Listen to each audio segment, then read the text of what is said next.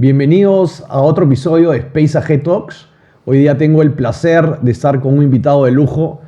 Es una persona que conozco ya hace casi 25 años. Es un líder, es un innovador, es una persona que está transformando la agricultura con tecnología. Hoy día tengo el placer de estar junto a César Santisteban. César, muchísimas gracias por estar el día de hoy con nosotros. No, al contrario, César. Un gusto estar contigo y tener la oportunidad de recordar las anécdotas de tanto tiempo que nos conocemos y también por ahí contar las cosas que estamos trabajando desde el Ministerio de Agricultura para transformar la agricultura del país, sobre todo enfocados en la agricultura familiar, que es muy importante. Excelente. Sí, mira, yo creo que esta es una conversación, digamos, técnica, científica, hay mucha innovación atrás, pero también hay una amistad que nos une desde hace muchos años. Tengo el placer de conocerte y me gustaría un poco ahondar en eso. ¿Cómo nos conocimos? Yo te voy a contar un poco una anécdota, ¿no? Yo estaba en Italia y hace más de 20 años haciendo la maestría en interpretación de imágenes de satélite. Y a la maestría llegaban profesores de diferentes lugares, de la Agencia Espacial Italiana, de las principales empresas que fabricaban, lanzaban satélites, y también algunos profesores eran de la Agencia Espacial Europea. Y de repente, buscando entre los diferentes proyectos de la agencia, encuentro un peruano, el único peruano. Y yo decía, ¿qué hace un peruano haciendo de Principal Investigator, haciendo investigación en uno de los proyectos? Y es así como te contacté. Envisat. Envisat, el primer satélite ambiental peruano, ¿no? Okay. Nosotros tuvimos la posibilidad también de trabajar en uno de los sensores del MERIS para la calibración. En ese entonces, cuando yo tenía SpaceDat, que era la primera startup que fundé hace más de 20 años.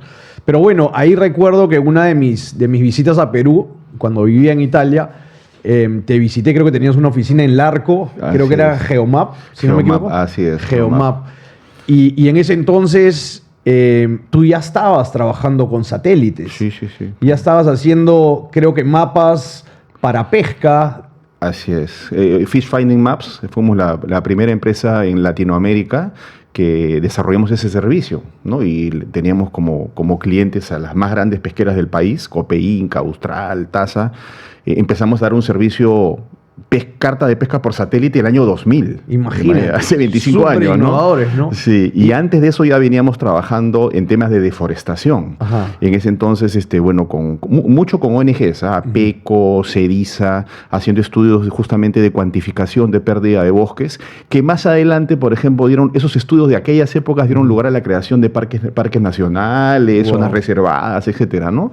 O sea, prácticamente con el satélite lograbas monitorear grandes extensiones que muy difícil o difícilmente hubiera sido poder monitorearlas in situ, puntualmente, ¿no? Así es, ¿no? Eran los primeros, en esa época solamente quienes trabajaban a nivel de, digamos, en teledetección satelital, sí. Era solamente CONIDA, Ajá. porque era el ente rector, la agencia espacial, INRENA, Instituto de Recursos Naturales, que tenía un área de remote sensing, Ajá. Y mi empresa. Claro. Éramos los únicos en el país que hacíamos pionero, y te estoy hablando del año 91, 92, claro, cuando empecé. Claro. Claro, ahí obviamente trabajabas con no sé, MODIs, satélites. Sí. Y en esa época también recuerdo que trabajé un proyecto con CONIDA, como practicante, me voy un poquito más atrás todavía, que estaba en la universidad. En esa época una imagen Landsat que venía en cinta CCT costaba $7,000, una imagen Landsat. Claro, y ahí hablaba de una resolución espacial de 30 metros, así lo que hoy día puedes llegar a 30 centímetros. Así es. Con costos mucho más bajos, ¿no? Es como la tecnología hoy día es... Y mucha información ahora gratuita, que es la que aprovechamos justamente en Midagri, ¿no? Exacto. Pero bueno, así fue el inicio de nuestra relación amical, y de ahí recuerdo que en algún momento tú me comentas, César, tenemos que ver la posibilidad de traer estos drones que habías visto tú, que eran drones de ala fija, drones profesionales, y como teníamos el conocimiento de poder manejar sensores para poder analizar el territorio, en este caso pues el tema de deforestación, vimos esta posibilidad de traer los primeros IBIS, ¿no? Que eran los drones de ala fija. Los suizos. Los suizos, ¿no? Y ahí recuerdo que nuestras primeras pruebas las hicimos en Villa, ¿no? En la playa. Sí, No sé si te acuerdas. Sí, no, eso es toda una anécdota, ¿no? O sea, primero aprender a manejar y el miedo de que un bichito chiquito de $25,000 con un auto se te pierda y fue lo que pasó, ¿no? El primer vuelo fue así, Sí, ¿no? así El es. GPS no calibró Así bien es. Y aterrizó en un lugar que no esperábamos, ¿no? Todos Claro. parados esperando el dron y no llegaba. Y después ir a corretear Claro. a ver dónde había aterrizado y después que creo como de un cuarto de hora lo encontramos, ¿no? Sí. Sí. Recuerdo que tú estabas caminando por la playa y regresaste y me dijiste, acabo de ver a Christian Meyer, ¿no? Sí. Christian Meyer estaba solito, porque la playa no era temporada de playa, pues Ajá. y estaba solito, sentado En Villa, mirando el mar, y le pregunté, pues le digo, oye, discúlpame, Christian, ¿ha visto un dron negrito con filitos amarillos? Me dijo, no he visto nada, ¿no? Sí. Y bueno, y tú sabes que tuve una cosa parecida después, un tiempo después yo también me compré un dron, pero ya un cuatrimotor, ¿no? Un Ave dron, 3DR, que es la marca que fue pionera, inclusive es de la que aprendió DJI. Sí. Me compré uno de esos con cámara multiespectral Parrot Sequoia, de los mismos suizos, y fui a volar en San Martín, a cultivos de café, en una zona que era recontra agreste, pendientes a 1800 metros, y me pasó lo mismo. Mira. Que el dron, me lo hicimos despegar agarrándolo, porque no había algo horizontal, todo era pendiente. Despegue el dron, hace su trabajo, y cuando viene y tocaba aterrizar, se fue de largo. Wow. Y lo vimos bajar en medio de la selva. Wow. Y mucha asustado. O sea, fue un trabajo de búsqueda. Tuvimos que armar un equipo de búsqueda y lo logramos encontrar. Y lo curioso es que la anécdota de la gente luego dice, no, se estrelló un helicóptero, ya ¿no? Lo que es la gente, ¿no? Pero me metí en un susto tremendo, porque la cámara era bien carita, ¿no? Claro. Y ahora toda esa tecnología ha evolucionado, pues, ¿no? Tremendamente, ahora la posibilidad de tener sensores anticolisión, despegan de forma vertical, van en forma horizontal. Evitan los obstáculos. Tienen cámaras mucho más especializadas, ¿no? Hoy hay LIDAR y los precios han bajado mucho, ¿no? Entonces, lo interesante de todo esto es que tanto los satélites como los drones te permiten recolectar información, ahorrando dinero, mano de obra muchas veces, y es así como en tu trayectoria nace AgroSensing. Correcto. Y es ahí donde yo creo tú también creas el primer aplicativo para agricultura, tal vez, ¿no? En el cual tenías una tablet de las primeras, en las cuales tenías ya una imagen del dron y podías tener información georreferenciada sobre los campos. Sí, recuerdo en ese entonces, creo que fue el 2005, creo, postulamos un proyecto Incagro y clasificamos ese proyecto, lo hicimos con el Instituto Rural Valle Grande y fue la primera experiencia en la cual automatizamos la toma de datos en campo. Y recuerdo que en ese entonces logré identificar, en esa época habían las agendas electrónicas, la iPac de HP. Mira lo que te he traído. Mira. Es aquellos tiempos. Claro, yo creo que grabamos, ¿no? El sistema, maña, qué loco. Ese es el primer tablet para agricultura. Manja. Que me lo prestaste hace más de 20 años, creo. Y ahí está. Me tienes que devolver uno del año. Pues. Claro. No, pero lo interesante fue que, mira, en esa época el iPac era una agenda electrónica que tenía un CPU y logré identificar en Estados Unidos un GPS que se enganchaba. O sea, la antena, el chip de GPS estaba en esta parte, pero toda la inteligencia estaba en la agenda electrónica. Entonces lo enganchamos y funcionaba con Windows, el iPac. El Windows C creo que se llamaba. Entonces ahí programábamos todo, ¿no? Esos fueron los primeros pasos de la automatización, ¿no? Fuimos la primera compañía que se metió ese tema a nivel de Perú y todo, pero cosas de la vida yo terminé, fuera del tema, me metí en otros temas y una cosa increíble, yo empezando en el ámbito privado, porque creo que mi empresa fue una de las primeras en Latinoamérica en geomática, estoy hablando del año 91, ¿no? Y nunca pensé estar trabajando en el Estado, ¿no? Entonces, exacto. Eso es una cosa increíble. Toda mi vida he estado en el ámbito privado y cosas de la vida se dio sin pensarlo, una oportunidad. Nunca pensé, de verdad, y ser funcionario, ¿no? Porque una cosa es ser consultor, porque consultor he sido de muchas entidades públicas, ¿no? Pero cosas de la vida, entré al ministerio y ahora en abril cumplo 7 años ininterrumpidos. Wow. Y creo que ese tipo de profesionales se necesitan más en el Estado. ¿Cuál es tu mayor aprendizaje de haber estado en el lado privado y ahora pasar al sector estatal? Mira, yo te cuento ahorita, o sea, por lo que estoy viviendo en el ministerio, siento como que todo lo que he vivido en el ámbito privado me ha pasado para poder llegar al ministerio y poder volcar al país lo que he aprendido para ayudar a transformar y ayudar a los pequeños productores del país.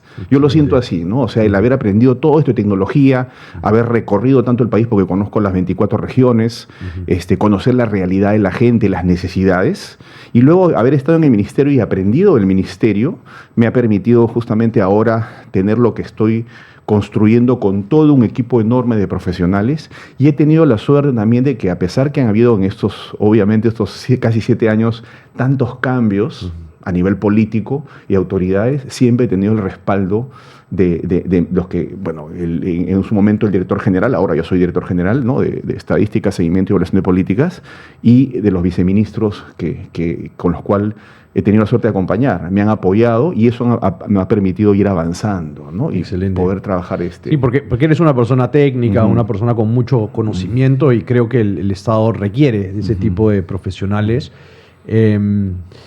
¿Tú crees, regresando un poco a lo que comentabas en la parte del privado, ¿no?, en las empresas que tú has manejado, ¿tú crees que en ese entonces era demasiado temprana la tecnología que estabas desplegando, o crees que había un mercado, habían usuarios listos para adoptar esa tecnología? Mira, en el tema pesquero fue un clic, ¿no? O sea, me acuerdo que el año 2000 ganamos el premio Alcatel a la innovación tecnológica, hace 25 años, con las cartas de pesca por satélite. Y a raíz de eso sale una publicación PC World de 4 páginas. Me hacen una entrevista y me comienzan a llamar las pesqueras. Y ahí lanzo el producto, ¿no? O sea, había un mercado. Sí, o sea, y lo que pasa es que ahí ocurre una genialidad, que me acuerdo mucho, quien hace la nota es Cecilia Nissen, es una periodista, y lo tradujo, y ahí por eso que el marketing es importante. La nota se llamaba Un anzuelo en el espacio. Qué buena. Mira, qué buena. Entonces, eso llamó la atención, todo el mundo llamó, comenzaron a llamarme, y ahí creé el servicio. Claro. O sea, era como que había una necesidad del mercado de contar con algo, porque en esa época los barcos salían a la de Dios, ¿no? O sea, a ver a dónde van. Entonces, una cosa, acá hay temperatura adecuada, acá hay salinidad adecuada, acá hay concentraciones de plancton, que son los restaurantes para los peces. Entonces, y eso implica menos tiempo, recombustible, etc. Entonces, ya estaba el mercado ahí. Ahora, en Latinoamérica no había ningún país. Yo me entero, yo siempre tuve la idea de dar ese servicio. Cuando estaba yo en la universidad todavía, estaba en 7º, 8º ciclo, fui a Bariloche al 4º Simposio Latinoamericano de Percepción Remota. Y la Universidad de Chile presenta un estudio del uso de imágenes TSM, temperatura superficial del mar, NOAA, para ubicar zonas de pesca. Eso se me quedó grabado. Dije, Perú es un país pesquero, algún día lo haré. Claro. Y pasaron como 5 o 6 años y se dio el servicio, ¿no? ¿Y eso llevado a la agricultura después, cómo lo podrías describir? Porque eso era en pesca, ¿correcto? Correcto. De ahí te creas AgroSensing, hay todo un servicio también a nivel fitosanitario, si no me equivoco. Correcto. ¿Cuál fue tu percepción en ese Lo que pasa periodo? Es que yo, como te comenté hace un rato, trabajaba mucho en el tema de bosques, porque la resolución de las imágenes que habían en su momento era para bosques. Exacto. Tú no podías hacer agricultura con 30 metros de resolución. Entonces, correcto. En ese entonces, como que estuvimos esperando que aparezca algo de menor precisión, y cuando aparece íconos era muy caro. Íconos a 1 metro, a 1 metro de resolución. Así es, entonces era muy caro. Entonces, como que yo estuve trabajando en el tema ambiental, de bosques, de forestación, esperando a ver en qué momento aparecen las imágenes de alta resolución para poder dar el salto a la agricultura, porque yo lo tenía clarísimo. Esto se iba a aplicar en la agricultura en algún momento. Claro, es increíble pensar, ¿no?, cómo la tecnología evolucionó. Hemos pasado de 30 metros a 8 centímetros por píxel, ¿no? Hoy día vemos las plantas del arándano. Correcto. Puede usarse esa información para detectar plagas, para detectar estrés hídrico, para detectar plantas muertas, en fin, es increíble. Ahora, yo te cuento que en esa experiencia, mi idea era empezar a trabajar por la parte de remote sensing, porque es lo que más me gusta, es lo que me apasiona. Entonces comenzamos a visitar a las compañías, y me acuerdo mucho en Chavimoche, en esa época no había uva en Chavimoche. Yo en esa época iba y recién estaban habilitando el primer fondo de uva, estaban nivelando el terreno, la uva pues Red Glow, ¿no?, para uva de mesa. Y en esas reuniones que yo iba para tratar de vender el tema de remote sensing, voy a la oficina de un gerente de sanidad, y me encuentro que en su escritorio habían cerros de papel. Claro. Las evaluaciones típicas del cuaderno de campo, entonces, papel lápiz. Yo le digo, ¿y qué cosa es eso? No, es el personal que sale al campo con esta planilla en una tableta de AAA y comienza en el campo, hace 20 muestras. Botrytis, trips, la arañita, el chanchito. Pero le digo, pero ahí no hay coordenadas. Claro. No hay. Lo que pasa es que después promediamos. Claro. Todo empírico. Ahí vi la oportunidad. Dije, ojo. Entonces yo dije, pero si tengo la cartografía digital, ahí está el GPS, lo que hay que hacer es integrar esa ficha, meterle un aplicativo digitalizarla. Digitalizarla. No había en esa época, pues, no habían tablets, habían agendas electrónicas, y dije, tengo que conseguir un GPS que le haga la agenda, y ahí armamos el proyecto. Y empecé por ahí. Yo en realidad empecé en la parte de agricultura con el tema sanitario y fenológico. Claro. ¿no? Y obviamente desarrollamos en aquella época el software para descarga de datos. Esa época se descargaba por cable, no había Wi-Fi, Bluetooth, se descargaba por cable, y luego todas las muestras de campo aparecían en el mapa, en cada parcela, y se ponía trips y se semaforizaba, ¿no? Como el semáforo, ¿no? Verde, anaranjado, rojo, según la intensidad, para que puedan fumigar focalizadamente. Claro. Después ya vino el tema, pues, de la parte, digamos, de las imágenes, ¿no? Y ya comenzamos, inclusive en esa época me asocié con Horizons, y Horizons tiene sus aviones con cámara multiespectral, volamos todo ICA, pero ahí sí me encontré con una barrera, ¿no? Como que a pesar que era muy evidente digamos, las ventajas de la imagen, no estaban dispuestos a pagar por un servicio de ese tipo todavía. No sé si ahora, porque ya no estoy hoy día ahí. Sí. Mira, hoy día te comento, con Space AG hemos trabajado con las principales agroexportadoras, y la digitalización que se ha logrado hoy día es impresionante, ¿no? Hay más de 43 millones de datos cargados en la plataforma que hemos desarrollado, y sí, se ve riego, fertilización, se ve temas de sanidad, de fenología, de cosecha, de calidad. Entonces yo creo que la transición de este tipo de productores, grandes agroexportadores de cultivos de alto valor, de arándano, de uva, de palto, de cítricos, se está dando, y se está dando de una manera exponencial. El gran reto hoy día, como lo conversábamos al inicio, es llegar al pequeño productor. Así es. Porque si la tecnología no llega al pequeño productor, servirá para unos pocos y no se podrá impactar en lo que más queremos, ¿no? Y hay un tema que a veces no somos tan conscientes, es que todo lo que comemos todos los días viene de la agricultura familiar. O sea, la seguridad alimentaria del país depende de la agricultura familiar. ¿Y que más o menos cuántos productores familiares hay? Del 100% de producción que hay en el país, más o menos el 96% es agricultura familiar. O sea, la agroexportación es un poquito, pero genera un montón de dinero, que eso está bien, y eso hay que impulsarlo, porque eso genera divisas y empleo formal. Claro. ¿no? Pero el pequeño producto es el que tenemos que transformar, primero para que no abandone el campo, porque hay un problema, tenemos un promedio de edad de 60 para arriba.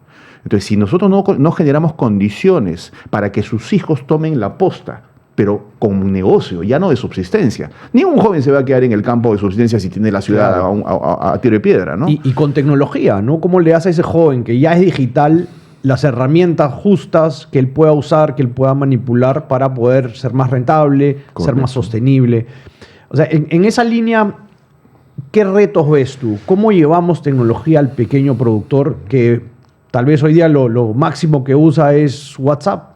Sí, bueno, ahí te voy a contar un poco la historia de Midagri, ¿no? Bueno, yo llego a Midagri hace algún tiempo, me invitan porque yo había trabajado en una entidad que se llamaba Piader, que era un organismo adscrito al Midagri, que tenía como función mejorar la estadística con fondos del BID. Yo entré como consultor. Cuando hago un diagnóstico de lo que era la Dirección de Estadística e Información Agraria, comienzo a formular una serie de ideas de tecnología. Por ejemplo, que toda la data no esté en PDF, esté en dashboard, en Power BI. En ese época, recién apareció Power BI. Claro. Después que implementemos imágenes de satélite, etc. Entonces, como yo diseño ese plan, entonces la entonces ministra Fabiola Muñoz me dice: César, me gustaría que tú lo implementes, porque tú eres las ideas. Y así es como llego. Y en ese camino, una cosa que se identifiqué muy rápidamente era la falta de información. Lo único que teníamos como información era el censo agropecuario del 2012, que identificaba que en el Perú habían 2.260.000 productores. Bueno, pero la información era muy antigua. Claro. Y nos dimos con la terrible sorpresa, en época prepandemia, y siempre cuento esto. Viene la pandemia, el MEF nos dice: Midagri, su base de datos. Y todos nos comenzamos a mirar. Y dice: ¿cuál base de datos? No hay base de datos. Claro. Entonces, ¿qué tú mira? ¿Qué hicimos? Comenzamos a pasar el sombrero, y ni a SENASA coleccionando DNIs de gente que en algún momento había recibido algún servicio del gobierno. Y solamente logramos juntar 500.000 de DNIs, de 2.3 millones prácticamente. Nada, ni siquiera el 25%. Entonces dijimos, tenemos que crear un padrón de productores agrarios. Ahí se crea la ley, se crea el reglamento y se crean los lineamientos. Yo digo que el padrón es como si fuese mi hijo. Estuve en todas las etapas y construimos una ficha que rescate, que reciba variables estratégicas para poder planificar. Claro, esa era mi pregunta. ¿Para qué te sirve este padrón? Yo lo digo, lo resumo en sencillo, tengo un PPT que te voy a alcanzar luego. Es un diagnóstico individual de cada productor. O sea, en cristiano es tomografía, resonancia, rayos X, examen de sangre y examen de orina. Te diagnostico. Tengo tus datos generales, nombre, apellido, DNI, número celular, idioma nativo, si eres hombre o mujer, si perteneces a una asociación, una cooperativa. Yo le llamo potencialidad productiva. Cuántas parcelas tienes, de qué cultivo, y cada parcela si tiene sistema de riego, si es orgánica, si usa plantones, si usa semilla certificada. La parte pecuaria, toda la parte de animalitos, cuántos animalitos tienes, qué raza, y la geolocalización de tu parcela principal. Y una cosa importantísima, 20 preguntas donde yo te pregunto, ¿recibes semilla, crédito? O sea, ahí diagnostico todos los servicios que tú deberías recibir, que da el Estado, y si los recibes o no los recibes. Y eso geolocalizado. En este momento tenemos, te decía un poco más temprano, tenemos ya en la base de datos 2.099.130 productores en la base de datos. Más del 90% ya están en la base de datos. Y esos 2 millones de productores, y casi 2.1 millones, tienen 3.4 millones de celulares.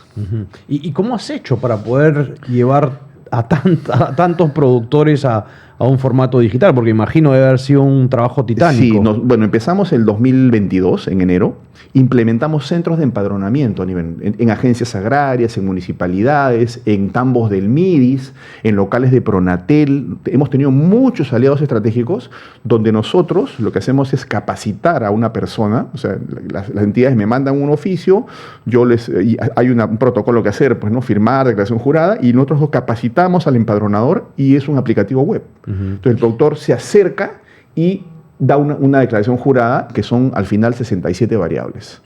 ¿Y cuál es el beneficio tangible que ve el pequeño productor al llenar toda esta información, al compartir información que tal vez antes no lo veía como algo relevante? Correcto. ¿No? Por ejemplo, una cosa tangible ha sido el bono, el fertiabono que hubo en su momento. Acuérdate, cuando empieza la guerra Ucrania-Rusia, el precio de la urea se cuadruplica hasta quintuplica. Entonces el gobierno decide dar un bono y lo hacemos a partir de la base de datos del PPA, porque fue un bono productivo. Es decir, yo te daba el bono en función a cierto cultivo, al tamaño de tu parcela y de tu ubicación geográfica. Entonces eso se multiplicaba para ver cuánto más o menos invertías en NPK y con eso te daba un monto. O sea, el monto era individualizado. Y una cosa muy interesante respecto a eso, antes del padrón se dio un bono y en base a la base de datos del censo. O sea, se cerraron los beneficiarios y se publicaron en las redes. Pasó un año y cobró el 28%. Con el PPA, cuando ya tenemos el padrón de productores agrarios, generamos los beneficiarios y les mandamos mensaje a los celulares. Amigo productor, le corresponde un bono de tanto, lo puede cobrar entre tal y tal fecha en esta agencia del Banco de la Nación. En 3 meses cobró el 94%. Wow. Este es un poco el impacto de lo que tiene la tecnología y la digitalización. Ahora, el padrón es la gran base de datos actualizada. Este año toca actualizar los 2 millones, un reto enorme. Este año y el próximo, actualizar los datos. Pero lo interesante es que esto tiene 3 componentes. La gran base de datos. Tengo una plataforma que está online. Uno puede entrar a Google, pone CIA Midagri, Sistema Integrado de Estadística Agraria Midagri, y hay PPA. Y ahí tienes el observatorio. ¿Qué es el observatorio? Es un aplicativo, un visor geográfico, donde tú puedes entrar región San Martín, provincia de Lamas, principales cultivos, y te aparecen los principales cultivos. Pones café y aparecen los distritos y te dicen cuántos productores hay de café en cada distrito con su hectareaje, y cliqueas en un switch y te los explotea en pantalla. Y consultas a un productor. 40 segundos. Ese es uno de los grandes retos, creo yo, ¿no? Hoy día tenemos como ejemplo a las grandes agroexportadoras que han logrado, pues, facturados impresionantes, ¿no? Y se continúa a ver cómo crece el arándano, cómo mejora la genética de la uva, en fin.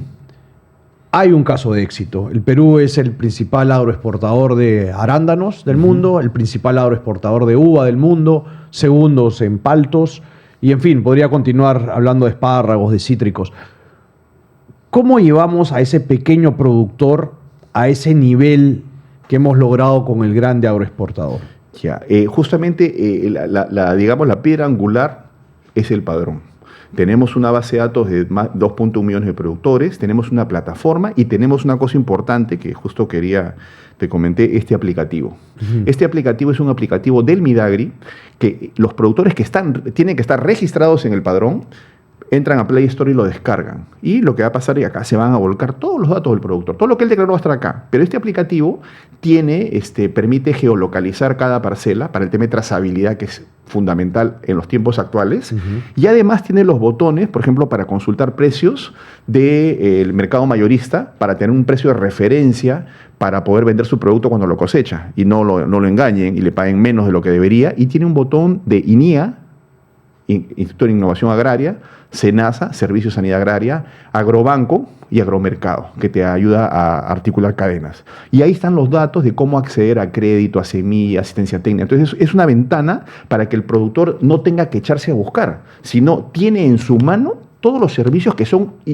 hay una cantidad, es impresionante, ahora que he tenido que hacer desde el sistema con todo el equipo, la cantidad de servicios que hay del ministerio que no sabemos ni nosotros mismos. Por ejemplo, ahorita han sacado un producto financiero, Agrobanco, de renovación de cafetales. Tienes un cafetal antiguo, lo quieres renovar y te dan un préstamo de hasta 40.000 soles con tasa de interés cero. Cero. Y nadie lo sabe. INIA ha sacado un paquete para hacer que te hagan estudio de suelos gratuito y la gente no sabe. Entonces, todo eso lo vamos a volcar acá y además esta base de datos de los productores agrarios lo que queremos es disponibilizarla a la gran industria. Exacto. Por ejemplo, doy un ejemplo clarísimo que lo viví en mis épocas de agrosensing, también eso me ayudó mucho porque estuve más de 10 años con agrosensing y aprendí mucho de la agroexportación. Por ejemplo, un fundo X en Piura, 400 hectáreas. Resulta que lo que exporta esta empresa de acá no son lo que producen 400 hectáreas, claro, sino hay un plus de todos los pequeños productores de mango que están alrededor, pero que le compran a través de un intermediario. Claro. Lo que queremos es que esta empresa acceda directamente al productor, le compre de manera directa, de manera que ganan los dos, paga menos, gana más, pero que además le pueda dar capital, asistencia técnica, implementar el sistema de riego y que todos crezcan. Y ahí viene justo respondiendo a tu pregunta. Lo que queremos es insertar a la pequeña agricultura. Es un proceso, claro, esta gran locomotora de la agroexportación, que todo el pequeño productor se pueda subir en vagones por cultivos a este enorme tren que tenemos de la agroexportación. Claro, porque hoy día tienes, ¿no?, realidades como Westfalia, como empresas como Talsa, que ya de alguna manera realizan este trabajo de acopiar de pequeños productores. Pero imagino el reto que debe ser, ¿no?, en temas de sanidad, de estandarización, de calibres. Entonces, ahí creo que hay un trabajo importante, ¿no? Si logramos llevar tecnología, asesoría técnica, poder tener estándares claros en la pequeña agricultura, creo que eso va a facilitar mucho que los agroexportadores puedan apostar por el pequeño agricultor. Y para eso quiero referirme al otro componente que te hablé, el visor que te comentaba, que permite hacer una segmentación muy rápido. Te decía, ¿no? Yo puedo entrar región, provincia, cultivo, y te aparecen los productores, y yo puedo filtrar que esos productores no solamente sean de café, sino pues que sean productores, pero que sean mujeres, que sean orgánicos y que estén asociados. Te lo segmenta y la próxima versión que va a salir va a tener una pantalla donde yo voy a poder escribir y mandarle mensajes al teléfono. Entonces, esta plataforma que te comento la va a tener INIA, SENASA, Agrorural, Agroideas, Agrobanco, para que todos ellos puedan brindar. Cada agencia, todavía no estoy hablando de Lima, estoy hablando de las agencias, por ejemplo, la Estación Experimental Donoso en Huacho, que atiende todo Lima, tenga su territorio con sus clientes para brindarles sus servicios. Y esa plataforma es la que también quisiéramos disponibilizar más adelante a la empresa privada para que ellos puedan contactarse directamente al productor, ¿no? Claro, a eso quería llegar, ¿no? O sea, yo veo diferentes actores en la cadena, ¿no? Está el Estado, está la grande agroexportadora, es el pequeño productor, pero también hay muchos actores en el medio. Está el que te da las semillas, el que te vende el sistema de riego tecnificado, tal vez en algún momento se pueda llevar ese tipo de tecnologías a los pequeños productores. Está el que te da la asesoría técnica, el que te vende insumos, fertilizantes, pesticidas, en fin. Pero también hay muchas startups como nosotros que quisiéramos poder brindar servicios y no necesariamente viendo el tema comercial, pero como ya hemos desarrollado tantas soluciones, por ejemplo, para detectar plagas, como decíamos, para hacer un seguimiento de las aplicaciones, ¿no? Creo que ahí se podría crear un espacio donde startups o empresas que brindan innovación, que son disruptivas, que pueden ayudar al pequeño productor o al grande agroexportador, podrían también tener un espacio dentro de ese tipo de soluciones, ¿no? Dentro del aplicativo. Sí, mira, ahí te cuento, nosotros hace poco, yo te decía que todo el marco legal está constituido. Inclusive el modelo de PPA es un modelo regional. Yo acabo de estar hace mes y medio en Chile, en FAO, en el local central de FAO, y creo que es el único país que tiene una estructura de este tipo, ¿no? La quieren replicar otros países. Y lo que queremos es que hay una barrera que es el tema de confidencialidad de datos personales, ¿no? Entonces, lo que vamos a hacer para poder brindar, para que las empresas privadas, las startups puedan acceder, lo que vamos a hacer es ponerle un botón de consulta al productor, ¿no? Un disclllar. Claro. Entonces, usted acepta, tus datos. Por ejemplo, un proyecto, te doy un ejemplo, ¿no? A mí me llega constantemente a unos requerimientos y me dice, señor Santistega, yo quiero exportar chirimoya. Entonces me dicen, ¿me puede dar usted la información? Entonces le dije, mira, en este momento no te puedo dar la información, porque no te puedo dar los nombres, pero por lo menos en mi sistema entra tata chirimoya y tienes un montón de productores de chirimoya, ¿dónde? En Cayahuanca, en Santoglal de Arriba. Entonces le mandé el print screen, le mandé el sistema para que él ya vaya y ahí lo busque, ¿no? Porque estaban, pero sin nombre. Pero lo que queremos ahora, el siguiente paso, ¿cuál es? Que el propio productor le podamos mandar un mensaje, amigo productor, hay esta iniciativa, este proyecto, esto, tal, y usted acepta que su datos, sí, y los compartimos, ¿no? De esa manera, creo que los diferentes actores, como tú has dicho, en el ámbito privado, en el ámbito estatal, las ONGs, puedan acceder a la información, ¿no? Hay muchas también, en el caso de FAO, el caso de a mí me ayuda mucho, me financian proyectos FAO. Bueno, si te mostrara la lista que tengo de la cantidad de entidades que me han financiado proyectos, tengo a la UK Space Agency, hemos hecho proyectos con NASA, hemos hecho proyectos con PMA, FAO. Es un listado enorme de todos los que nos han ayudado a poder avanzar, ¿no? Y de hecho, la idea también es disponibilizar los datos para ellos, para que puedan ayudar focalizadamente según los proyectos que tengan. Claro, y si tú tuvieras que analizar hoy día el principal reto que tienes desde una posición técnica, porque obviamente toda tu formación técnico-científica te ha llevado a donde estás hoy día, y mañana tuvieras la oportunidad de liderar el ministerio, por ejemplo, ¿qué transformaciones harías? Bueno, lo que hay que hacer es básicamente impulsar este proceso que hemos iniciado de digitalización de la agricultura. Este año es el año del pequeño productor. Este año empezamos. No se puede, yo tengo el ejemplo de lo que es el padrón. El padrón lo hemos empezado a construir el 22, estamos 26 ya, ¿no? Pero yo estoy así, tengo 110% de certeza que la manera como vamos a transformar el país es digitalizando al pequeño productor. Ahora, obviamente el productor no necesariamente tiene un gran manejo del teléfono. Correcto. Pero hablemos de agricultura familiar. O sea, él puede tener el aplicativo descargado en su teléfono, pero cualquier miembro de la familia, el que tenga las mayores habilidades, es el que va a poder manejar el aplicativo y poder enterarse que en su zona hay un proyecto, hay crédito, hay semilla, hay asistencia técnica, claro, ¿no? Y hay ejemplos, creo, hoy día, ¿no? El ejemplo de Yape creo que es un muy buen ejemplo de cómo la tecnología ha entrado con mucha fuerza y en algo que tal vez no se pensaba posible, hoy día es real, ¿no? Sí. No, y el hecho que mismo WhatsApp, ¿no? El hecho que tengamos 3.4 millones de celulares en 2 millones de productores te dice mucho, ¿no? O sea, correcto. Yo tengo clarísimo que el teléfono ahora antes había el extensionista, esa persona que caminaba, ¿no? Y les daba asistencia técnica, que no debe desaparecer, debe haber, pero el problema son recursos. Este es el extensionista digital. A través de nosotros vamos a poner, por ejemplo, en la próxima versión, vamos a poner un botón que va a decir capacitaciones. Otro botón que va a decir tal cosa. Entonces el productor va a poder capacitarse con unos microcursos que hacemos con este tipo animaciones. Y por ejemplo, ahorita estamos iniciando un proyecto gracias a la cooperación suiza, donde los servicios que tenemos ahorita de INIA, SENASA, tú cliqueas y te dice, ofrecemos semilla, plantones, pero está con la página web de INIA, que no es responsive. Claro. Ahorita justo vamos a trabajar en lo que se llama mejor experiencia usuario. Claro, en la parte de Entonces, UI. en cada UX. servicio le vamos a poner un TikTok Ujú. en sencillo para que sea muy digerible para el productor y pueda de manera más sencilla acceder a esos servicios, ¿no? Ujú, ujú. ¿Cómo ves tú el futuro del agro de aquí a 5 años? Yo soy súper optimista. O sea, yo, bueno, cuando a veces tengo un tiempo me pongo a ver todos los videos de todo lo que está pasando en la agroexportación, Chancay, ojalá el muelle nuevo que quieren ver, el Corío.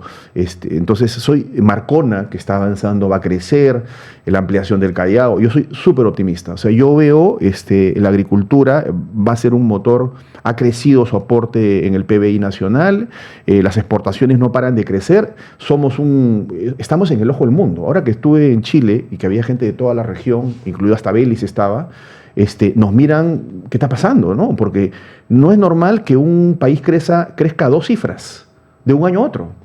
Está pasando, o sea, es increíble, ¿no? Entonces, claro, existe la molestia, sí, pero está creciendo la exportación, pero ¿qué pasa con la pequeña agricultura? Entonces, justo por eso es el momento. Lo importante es que ya hemos dado un gran paso. O sea, el 50% de ese camino ya lo recorrimos con el padrón de productores, con esos 3.4 millones de celulares y con el hecho de que en este momento ya tienen Agrodigital aproximadamente 210.000 productores. Ya lo tienen, el aplicativo, ¿no? Es más, al punto de que hay una empresa que me ha ofrecido una IA gratis para los 2 millones de productores. Porque tiene, o sea, Inteligencia artificial. entro a un país y de frente ya tengo 210.000 usuarios. Claro. O sea, eso no es normal, ¿no? Entonces, y con un horizonte de 2 millones de usuarios. Y Perú es una estrella a nivel mundial en el tema de agroexportación. Entonces, sí soy muy, muy optimista. Creo que en el camino que vamos, estamos en un camino correcto, ¿no? Y en la medida que sigamos avanzando, vamos a poder ir poco a poco digitalizando al pequeño productor y insertándolo a esta gran cadena. No hablemos solamente de agroexportación, sino hablemos de agroindustria. No necesariamente tenemos que todo, no. Y lo que te comentaba hace un rato, la transformación.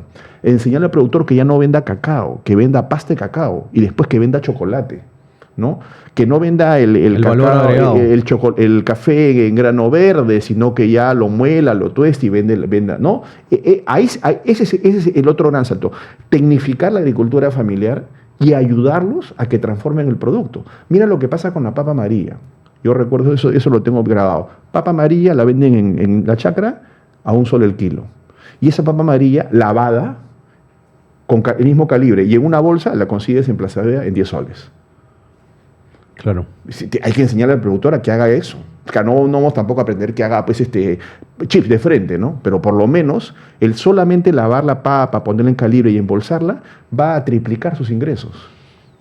Hablabas de la inteligencia artificial. ¿Cómo ves tú la inteligencia artificial ayudando a la agricultura del Perú, especialmente a los pequeños productores? Y yo creo que es fundamental. Es parte digamos, de esta locomotora de transformación digital.